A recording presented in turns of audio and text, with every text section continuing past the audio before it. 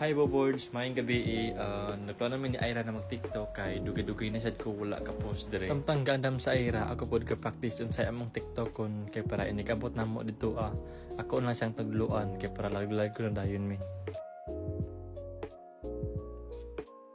Last na akong upload sa TikTok ato pang 2024 maong nakauna na ako nga akong ipabalik og active akong account kay para makabalik ko buhat og bagong trend. Practice pud ko voice over kay dagay na ingon ako na voice over daw ko kay para pud magamit ang akong account.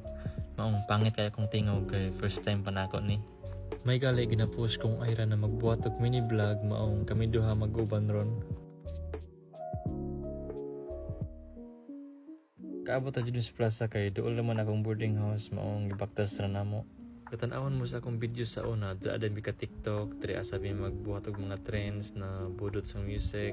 Nakaabot na dyan mi sa plaza maong karon ako sang tudloan si Ira sa step pero busy kami siya kay ilan sila sa daan.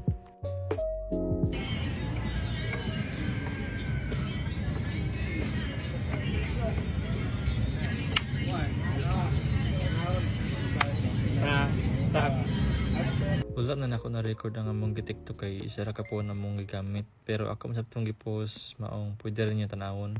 So maoro ta mo ang dili vlog. Salamat sa pagtan-aw maong bye.